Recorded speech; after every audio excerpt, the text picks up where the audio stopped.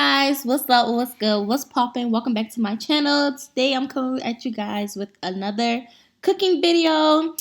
Today we're making turkey burgers with homemade burger buns. Yes, homemade burger buns. I tried my best to get the measurements for you guys, so I will have everything down in the description below if you want to recreate this meal. I'm trying to do that in future videos. Try to keep the measurements down. I tried to write down everything in my phone of all the measurements and stuff that I use and whatnot. But yep. So go ahead and make your burger buns. You want to do that first. I did this early that morning. So you want to go ahead and get your warm water, some active dry yeast, some sugar, and then your flour. Now, depending on where you are, you might need more or less flour. Just a disclaimer. Just had to throw that out there. Don't want nobody saying that they tried to make these burger buns and my measurements were too much for them or too less for them, and you know, all of that. So yeah, keep that in mind when you're making this recipe. So if you never cooked or, baked or anything before, when you're using dry yeast, you have to let it bloom. So that means go ahead and get your warm water, then add your active yeast, and then add a little bit of sugar into it because you have to feed it. You have to feed the yeast sugar, that way it could bloom.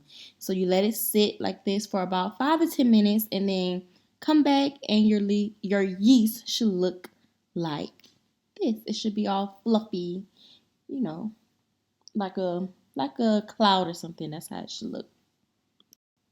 After your yeast looks like this, then you want to go ahead and add your melted butter. Stir it just a little bit, not too much. And then you want to go in and add the rest of your sugar and your flour. When adding your flour, you want to do a cup at a time, and you cannot add nothing to this yeast until it blooms. If it don't bloom, it's not ready yet. And if it's been more than 10 minutes, that means you killed your yeast and that your water was way too hot. But anyway, like I said, once it blooms and everything, you want to go ahead and add your cup in at a time. For this recipe, I want to say I used about maybe 3.5 to 4 cups of flour. And you want your dough to form into a ball. You want it to pull away from the sides, and you want it to be sticky, but not too sticky. You want to be able to touch it, and it pulls right away from your finger.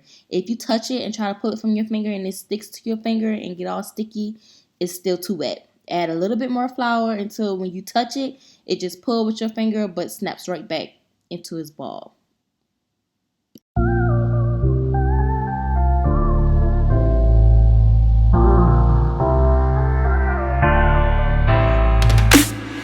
Baby, now let me warm you up. Baby, please let me love you much. You will know if your dough is ready when it starts to pull away from the sides, just like this. Once you get it clean off the sides, that's how you know your dough is ready.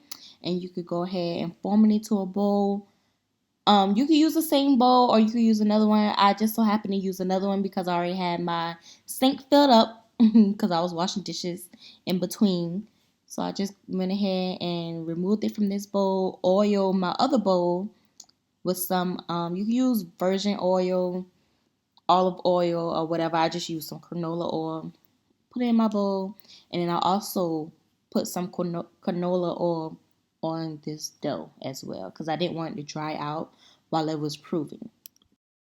So right here, I want you guys to pay attention to how I'm picking or tapping on the dough, and it's sticking to my finger, but it's not getting stuck to my finger. This is how you want your dough to be. Come on with me, baby. Oh, oh. Never ever leave without me. Oh, oh. Baby, now. You want to fill around the whole dough because there were some areas that were still a little too wet for my liking. So I did go in and add a little bit more flour, like maybe just a half a teaspoon or a teaspoon of flour, and that was it. Let me warm you up. Oh, baby, please. Let me love you much. Baby, baby, don't be cold. I will warm you. Every day I reach your skin as a high, baby.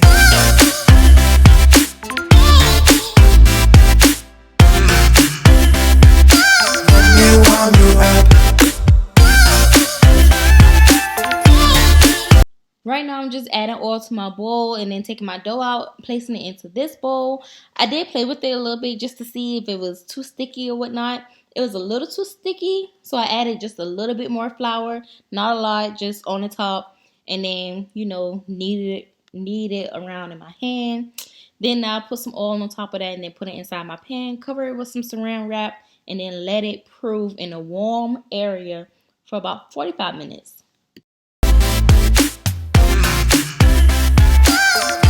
Love you much. Baby, don't hold forget me. Enjoy your life. Now, while you're letting your dough rise, you want to go ahead and season your turkey, your ground turkey. I think this is ground turkey breast. Right now, I'm just using some onion powder, garlic powder, some hamburger seasoning, black pepper, all-purpose seasoning, and some cumin. Now, once I'm done with that, just go ahead and put that to the side. I'm going to chop up me some bell peppers and onions because you need that in your turkey burgers. It adds moisture to it just a little bit and more flavor. It was amazing, you guys. So you want to go ahead and saute those, get them softened because you don't want it to be crunchy when you bite into your burger, right? So yeah, you want to go ahead and saute those for about maybe 2 minutes. And then you want to go ahead and add that to your ground beef. Try to be happy. Come on with me, baby. Oh, never ever leave without me. Baby, now let me warm you up. Now let's go ahead and get into this amazing burger sauce. Now, burger sauces, they all consist of the same ingredients, which is mayo, vinegar, cayenne pepper, paprika, ketchup, relish, and pickles and all of that. It's, girl, it's the same thing. But down in the description below, like I said, I will have the measurements of everything that you need and all the ingredients and all of that jazz down in the description box below. But honey, when I tell you, this was probably the best burger sauce I have ever made. I switched it up just a little bit than I did the first time I made it, and baby, it was amazing. Oh, and then I made a mess when I was opening up my cayenne pepper. So love that for me. Baby, please let me love you much.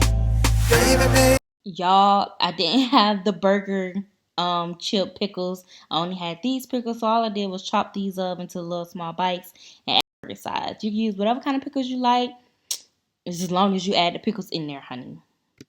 Baby, don't be cold. I will warm you. Every day I reach your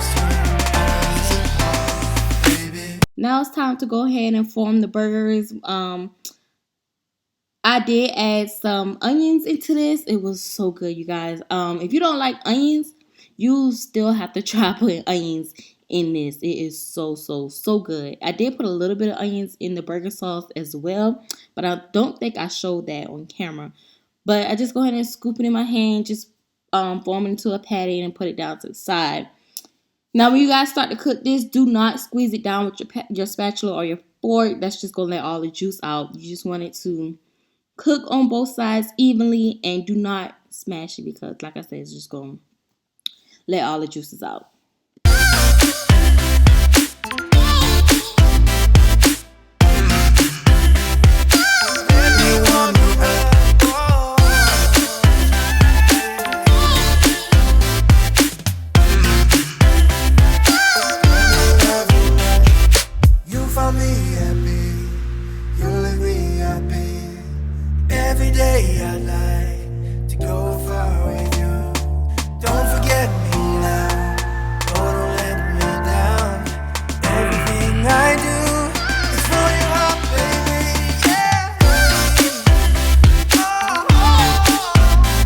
After 45 minutes, your dough should look like this, all nice and fluffy and double in size. It is very, very soft.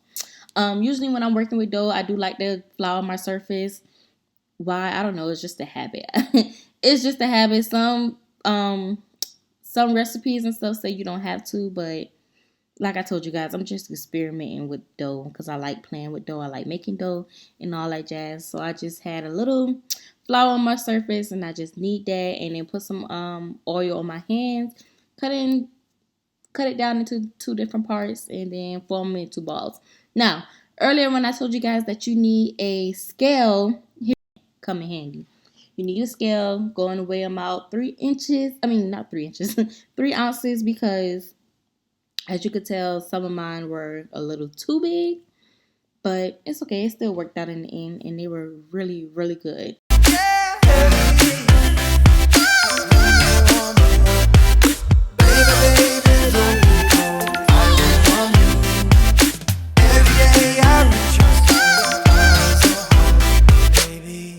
Everything form into the size, shape, or whatever you're going to do. You want to go ahead and spray the top just a little bit. You want to spray the top because when you pull that saran wrap off of it, it's going to flatten your buns, and you don't want that. It's going to flatten your dough, and you do not want that because then you're going to have to start all over again. So yeah, you don't want to do that. You want to go ahead and oil the top, and then you want to let it rise again for another, I think I only did like 20-25 minutes the second time. So pay attention right here. When you take the saran wrap off and everything, do not touch it because I picked it up and started playing with it and it got so flat. I was like, oh. But yeah, don't do that. Just go ahead and brush your egg on top of it and then put it in the oven until it's golden brown. Honestly, I didn't time this, so I really don't know. So keep an eye on it. Check it after the 10-minute mark. If it need more time, then take it to 15 minutes, depending on your oven. But yeah, you guys, that's it for this video. Now I'm just going to go ahead and cook the burgers. Don't really have to explain to you guys how to cook a burger. I'm pretty sure everybody know how to cook a burger. Yeah.